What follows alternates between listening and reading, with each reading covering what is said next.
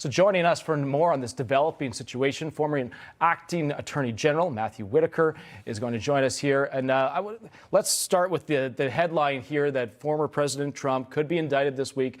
Your reaction to this and what you feel that the strength of this case could be should these charges come down.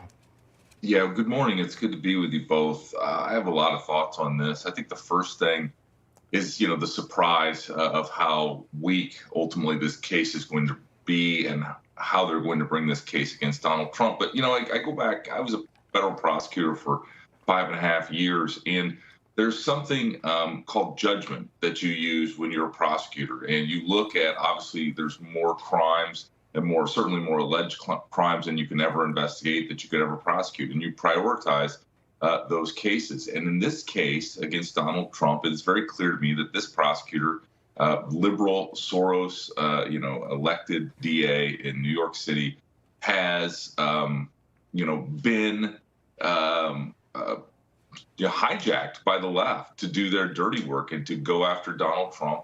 The set of facts is very weak. It's based on the testimony of a convicted felon together with a former adult star. And so, this is, this case is going to be very to, our entire society. And it's really going to be a sad day if this can happen. Alvin Bragg, the Manhattan District Attorney, George Soros donated more than $1 million to his campaign.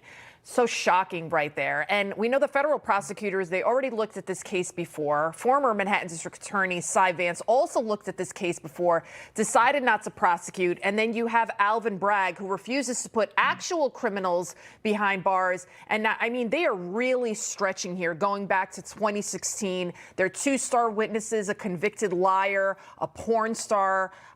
How strong do you think this case will be? Or are they just hoping for the simple fact of just to have a Donald Trump mugshot, and that if he does win the primary and he winds up in the general, that the average American will think, wow, this has to be related to January 6th, and we can't have a president that could possibly go to jail?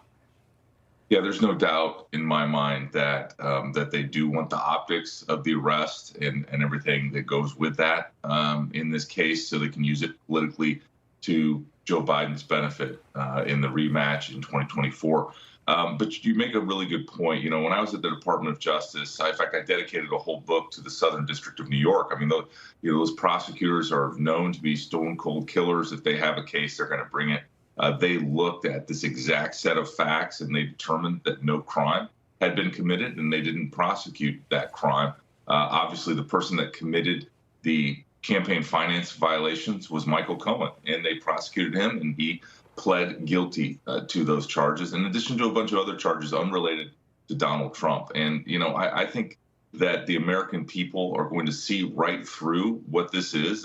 It's a political prosecution. It is a liberal Democrat prosecutor, Alvin Bragg, who's bringing a case against a former Republican president. And, again, he is doing the bidding of George Soros and the uber left in order to try to hamstring Donald Trump. I don't think it's going to work. I think Donald Trump is going to be more popular after this happens because everyone knows that it's not just Donald Trump. They're trying to get all of us that see a way, conservative America.